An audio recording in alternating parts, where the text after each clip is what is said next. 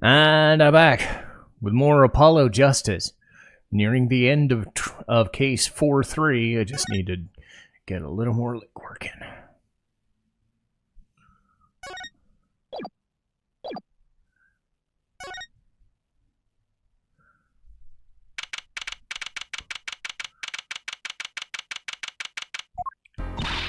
Apollo?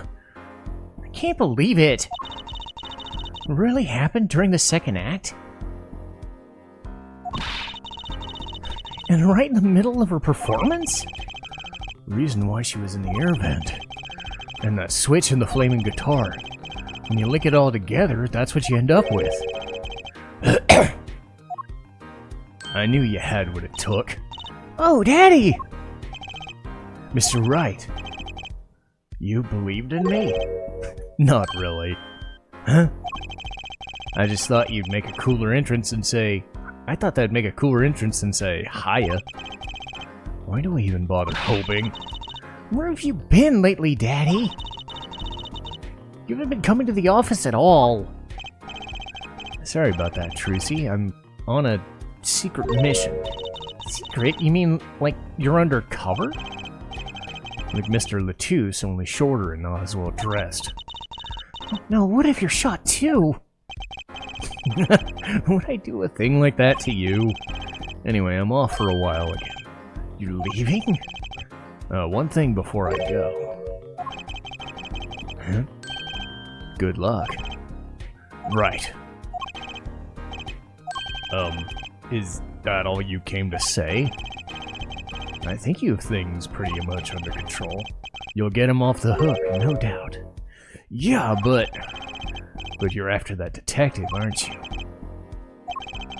Won't be easy proving he did it. Especially not under our current court system. The current court system? What did Prosecutor Gavin say during the trial? Your case is based on one fragile assumption. Namely that our diva divine is telling the truth. But what about all the proof? The brooch and the switch? A piece of jewelry and a lyrical blunder? There are plenty of other ways to explain those things. The flaming guitar too. All because you lack definitive proof of their connection. But if the sultry songstress is lying, your case melts like butter in a frying pan, leaving behind the faintly singed scent of failure. So what do I do? Like I said, good luck. And be aware that it will be impossible to prove his guilt by conventional methods. That reminds me, I have something to give to you from our detective friend. Detective Sky. Emma? Let's see. This bag of snacks here was meant for me. Oh, no, here it is. What are those? They don't look like very good snacking material.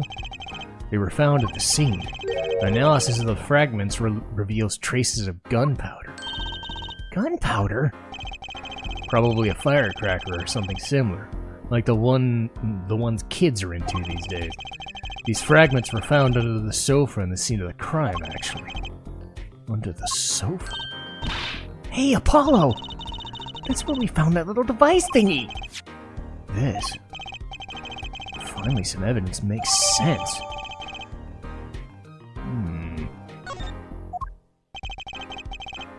That's all for me, I suppose. See you after the verdict. Maybe. Right. Every man has an igniter inside him. Excuse me? Find Daryan Crescent's igniter and set it off. And he walked out the door, just like a magician, naturally. What does he want us to do? No conventional methods? What does that mean? Guess we just have to take his advice and hope it makes sense. I guess. Hang in there, Trucy.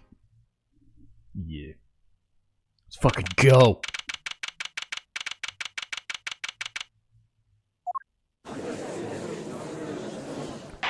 Do. Court is now in session. Or back in session. Session. Prosecutor Gavin, where is Detective Crescend? In the witness lounge, ready to be called any time. Very well. Might I add, I don't believe any of this. Daryan was the first detective I ever worked with. We stopped working together after he moved to Criminal Affairs Division 3, but his guitar playing, it fires my imagination. That's nice. But it has nothing to do with the matter in hand, correct? Oh, I know. Very well, call the final witness to the stand. Detective Daryan Crescend. Name and occupation? Daryan Crescend, Detective, Criminal Affairs Division 3. That's the International Affairs Division for those of you who didn't know. And I'm a guitarist for the Gaviners, maybe you've heard of us? Do you fully understand the circumstances of which brought you here today? Yes, I understand. What I don't understand is how you let it happen, partner. You gave me your word I wouldn't be standing here. Situation's changed. And don't call me partner. So much for old friends.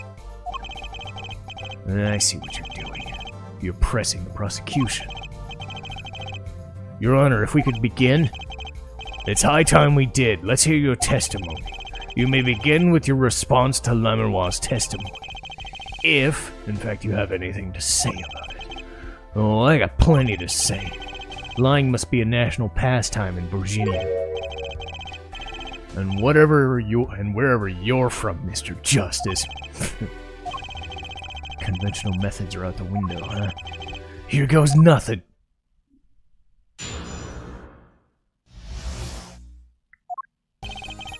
Diva's lying, plain and simple. She's got nothing to back up her story.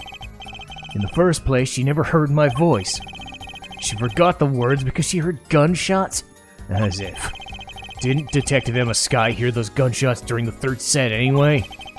Shooting took place when I was on stage. So you claim Lamerois' testimony is a lie. Don't get me wrong, I dig what she's doing, trying to protect the kid. And she's got the court eating vague statements out of her hand just because she's blind. You go too far. Look, all I'm saying is you've got a reliable witness. Why not listen to the detective?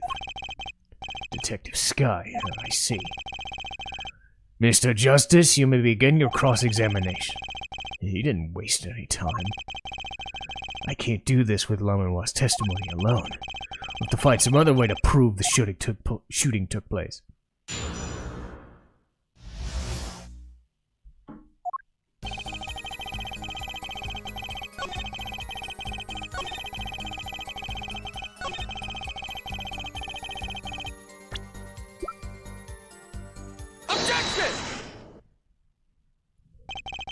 Some things were found at the crime scene after yesterday's trial. What things? First was this small device. It's a remote-triggered igniter. Correct. And one more thing. What are those? The remains of something burnt? Not another guitar, I hope. Traces of gunpowder were found on those fragments. We have a report that it was something like a firecracker. How did Gavin know about this? What, you think Detective Skye works for you? I received this report this morning before coming here. That's when I made my decision, actually. What decision is this? I registered Daryan as a witness. Just in case. This raises another possibility. Those gunshot-like sounds during the third set. Could have been those the two firecrackers rigged to go off? You've got an active imagination, don't you? But you shouldn't say every little thing you think. Your explanation there seems a little too convenient for me. How so? So you're saying these firecrackers just happened to go off? Right when two witnesses come walking by? That's right. Daryan was out on stage when it happened. How would he know something was backstage? Firecracker goes off in the forest and there's no one to hear. You get my drift? Why go through the trouble? How do I explain this? He may not look it, but he's a gifted detective. Show any weakness, he's sure to find it. You may not look it. Gee, thanks. That reminds me. I happened to pass through that very hallway several times that day myself. And I saw something odd there just before the third set. Something odd? A headset. The kind all of the band and staff members were wearing. That's right. We picked this up in front of the door of the dressing room.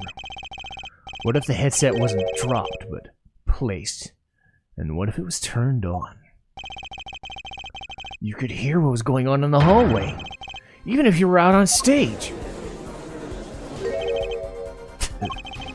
Whose side are you on, Gavin? Listen to me. There are no sides in a court of law. Which is why I now turn to you. I have a question for you. For me? The igniter and the burnt fragments that were found in the scene of the crime. It's certainly a possibility that they were part of a ruse to fake the sound of gunshots. Throw the headset from the hallway into the mix and you could fabricate an alibi. But we're still no closer to proving anything. Those gunshots might have been real or fake. We can't say. You've raised the possibility the shots heard during the third set were faked. Now you need to prove the other half of the case. The other half? Look, I'll just tell him. He wants you to prove that the thing went down in the second act, while their little piano player was on stage. That right? Indeed. If you can't prove that, then to continue this cross-examination would be pointless. Well, Mr. Justice, can you prove the crime took place during the second set? I think. You better know, Apollo, otherwise we're through. It can't be proven. You make it sound like someone else is going to come along and do it for you. Let's continue with the cross-examination, then. Witness your testimony. This isn't gonna be easy. I need some decisive proof and fast. You ready, kid? 'Cause I am.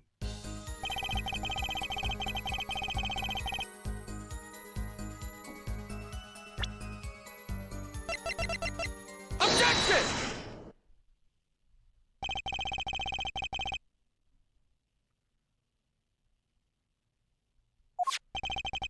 Right here in Lamerois' song. Her song? What exactly is this device thingy? Gramophone, perhaps? Come on, we just used this. Don't get me started on a gramophone. This device was used to record performance part by part. You move the sliders to adjust the volume. Each instrument is adjustable separately, Lamerois' voice included. Ho ho! But what does that prove? According to Lamerois' testimony, at the moment of the shooting, she forgot the words to her song. You intend to examine the recording. We might even hear those gunshots. Exactly. Ridiculous. How are you supposed to hear gunshots back in the dressing room out on stage? Have you forgotten? We were all wearing these headsets.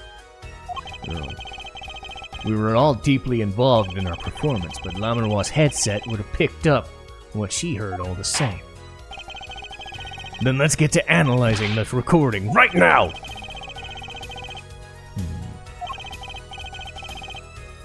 Okay, so I gotta make sure. Okay, so select port 2, select 1.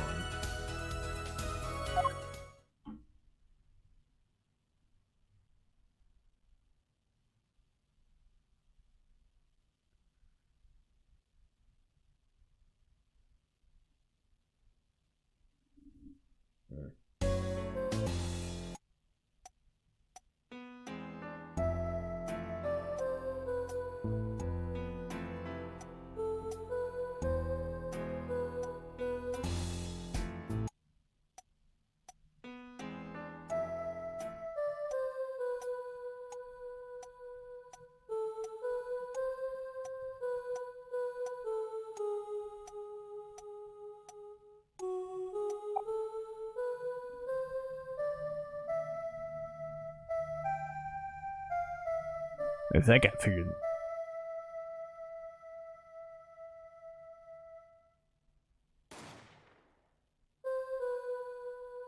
Shit. Take that! Oh, I heard it right fucking there. Your Honor, listen closely to this part. This is the track with her vocals.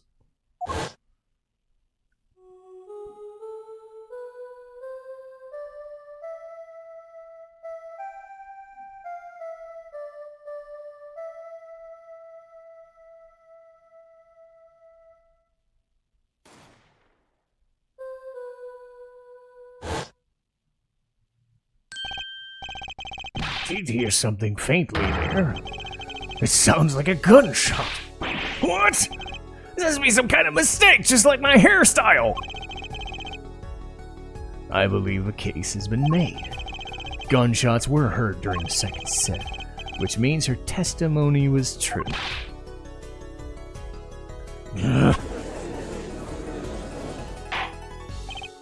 Order!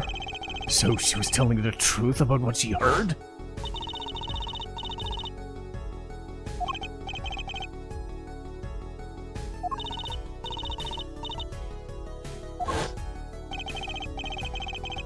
Just after there was a gunshot, and then the guitar caught on fire. Detective Crescend, you weren't on stage during the second set.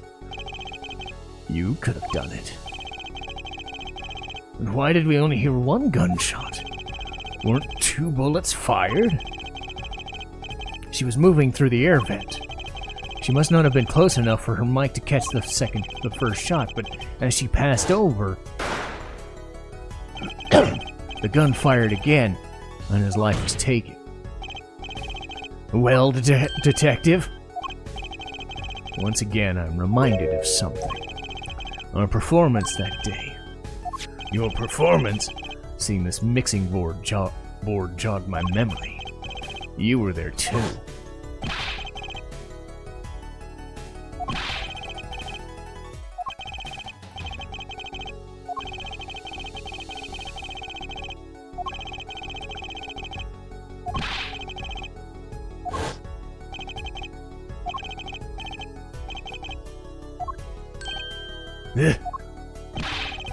It was you. I thought it was strange at the time. How could you miss such a simple cue? I know you. I know how you play. You're better than that. Yeah, well, like... You what? And what are you getting at? I'm talking about the murder weapon. The hand cannon. As we have learned, even the shooter doesn't go unscarred. The kickback is enough to dislocate your shoulder, if you're an amateur. Wait, you mean his playing was affected because it hurt himself? You're forgetting something. I'm a trained police officer, you know. I've had firearms training, plenty of them. I'm no amateur. Standard sidearm issued is 38 caliber, a much tamer beast. And also, the murder weapon belonged to the victim, which suggests there was a struggle between the killer and the victim. So the killer might not have been holding the revolver correctly when fired. Is that what you mean? The thought had occurred to me, yes.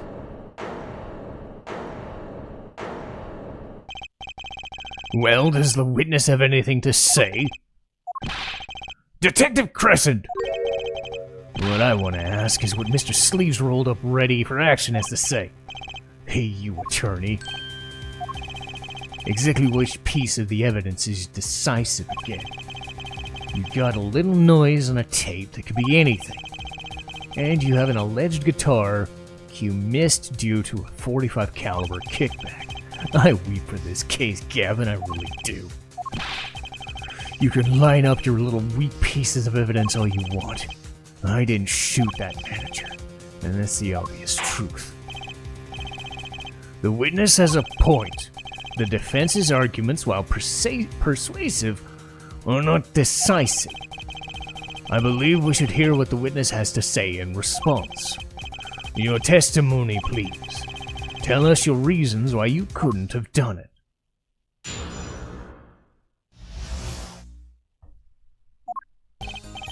Come on, why would I even want to kill him? You want a reason? Easy. I got no motive, man. This was the diva's first trip into the country, right? How could I possibly know her manager? If I didn't know him, why would I want to kill him? Simple reason. Prosecutor Gavin, is it the case that Mr. Latouche had not been to our country before? According to our records, yet. Not even once. I see. Very well. Mr. Justice, you may begin the cross-examination. God, no, I need to find a motive.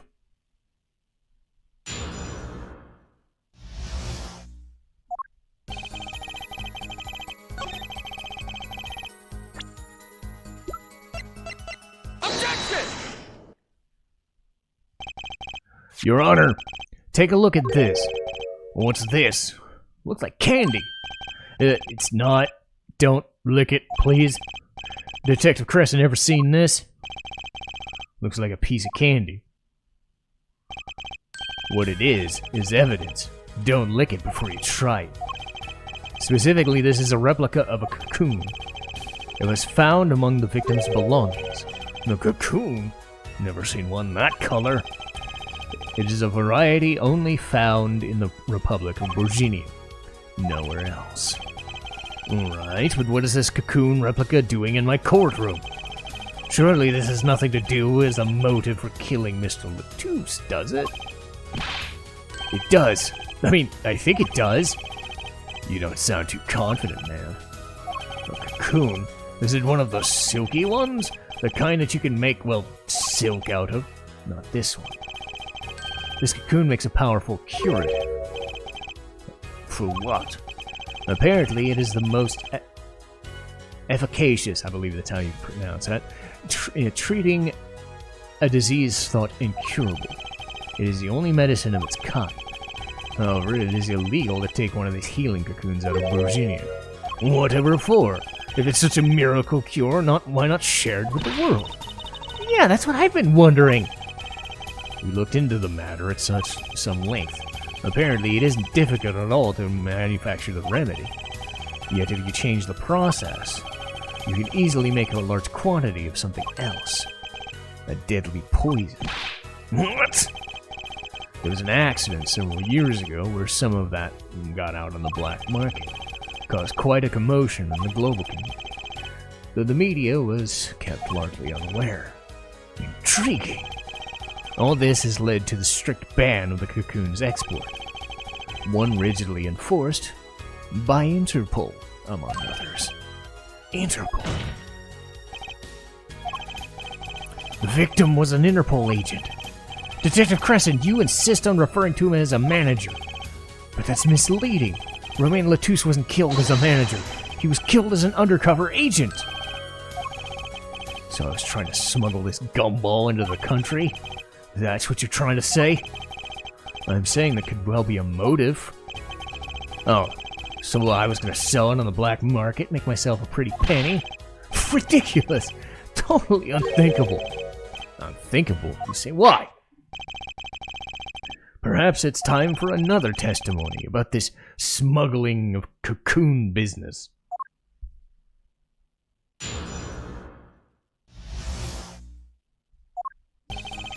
International Affairs got a memo about these cocoons. Interpol is all hot and bothered about them. Can't sell them on the black market. It's too dangerous. Cocoon smuggling isn't exactly lucrative anymore. I'm in international affairs. I know the deal. Indeed. Interpol wanted these cocoons bad enough to send Mr. Latouche undercover. You kids think of the craziest things. But no way am I going to risk life and limb just to get my hands on some dirty cocoon money. Not the most noble of statements, but duly noted. According to reports, these cocoons top Interpol's list. Selling them to an underground organization would be risky. Very well, you may begin the cross-examination. This is the only motive I've got. He was up to something, and I'm going to find out what.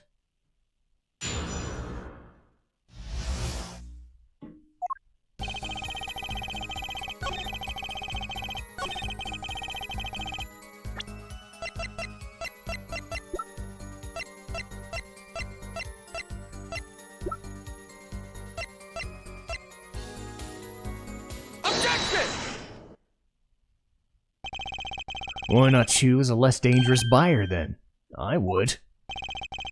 How clueless are you? Everyone in the market's dangerous. The second they found out I was a cop, I could kiss my keister goodbye. Why sell to a black market buyer? How about someone like this? That article! That's about the Chief Justice's... A deadly poison can be extracted from the cocoon, but so can a cure. And not a cure for just any disease. A cure for incuritis. I've heard of that somewhere. You went to visit a victim this morning. Oh! Why, that's the disease the Chief Justice's son has. You aren't saying our witness is a detective. He would have had contact with the Chief Justice. You were saying the Chief Justice would never deal in contraband. Not even to save his own son's life.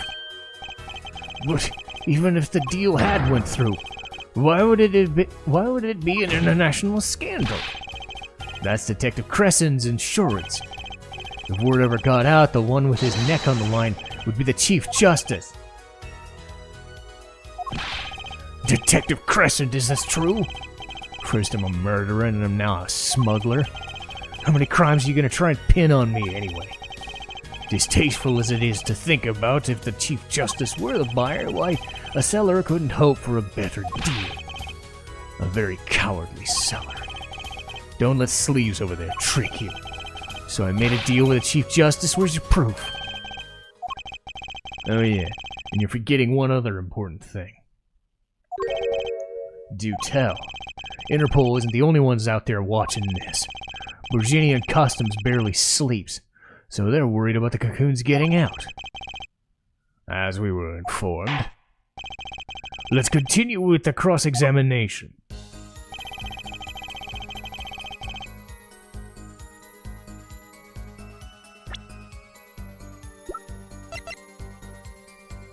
Objection!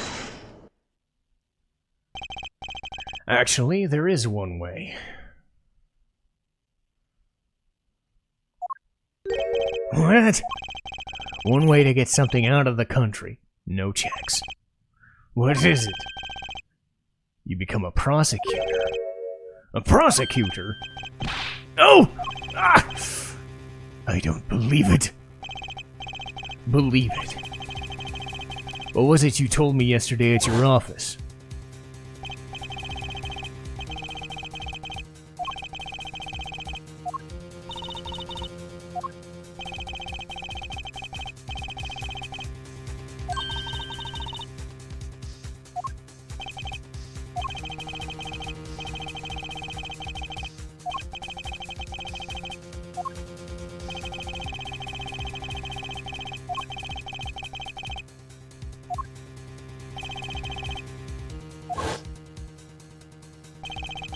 Did I get it right? Untouched? Quite. The guitar was wrapped in several sheets and vacuum packed in Bourgini. The pack was untouched until the day of the concert. Are you saying the guitar was... With cocoons this small, would have been very easy to use your guitar as a mule to smuggle it out of Virginia. What? Which reminds me, the guitar had some work done on it recently, right? Good memory.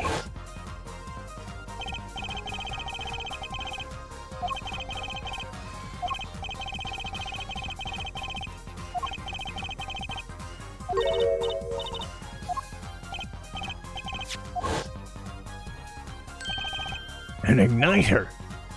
Exactly. Consider this. What if that igniter wasn't the only thing that got attached to your guitar? You mean... He means this, of course. There was a way to get the cocoon out of the country.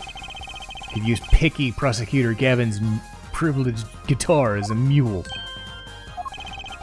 And who better to do it than someone with access? Like a member of the band.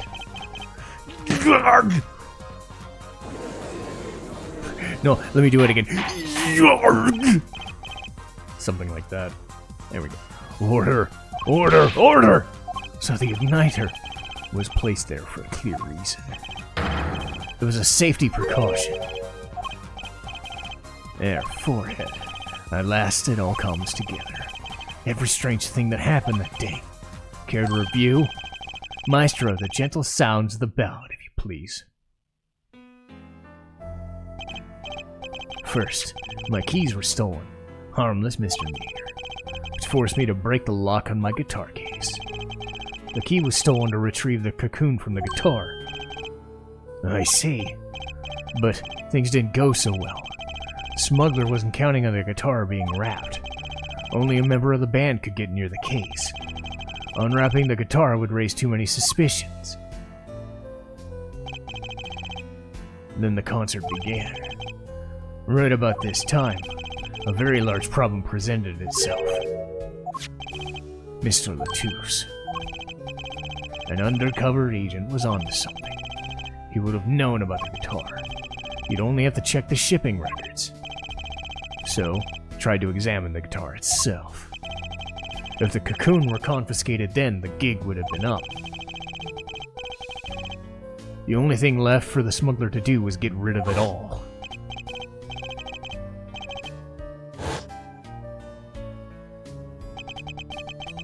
The guitar burst into flames, and the cocoon was lost. And then, Mr. Latouche died, with Lamerois there to witness it. There's your case.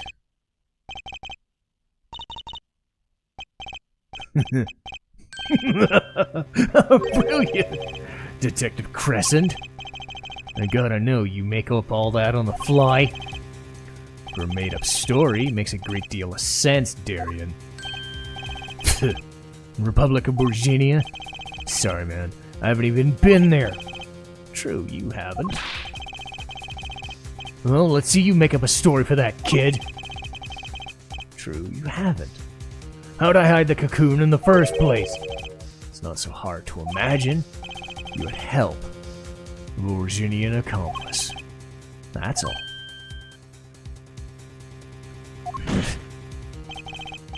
That you had an accomplice was clear from the start. The voice Lamerois he heard proves it. You made this transmission from backstage, while your co-conspirator was on stage. But who was it? This is it, the coup de grace. For once I know what I'm doing. There's only one person who could have helped him. Let's hear what Mr. Justice has to say then. But be warned, with a great accusation comes great respect. Really? Make up the answer on the fly as it were, and you'll be harshly penalized. Are you ready? Well, they gave me a good as any reason to save it, I guess. So let me just save it here. Harshly penalized. Okay then.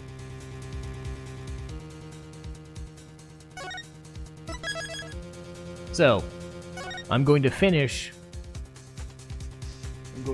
this case come hell or high water in the next episode. So I'll see you next time.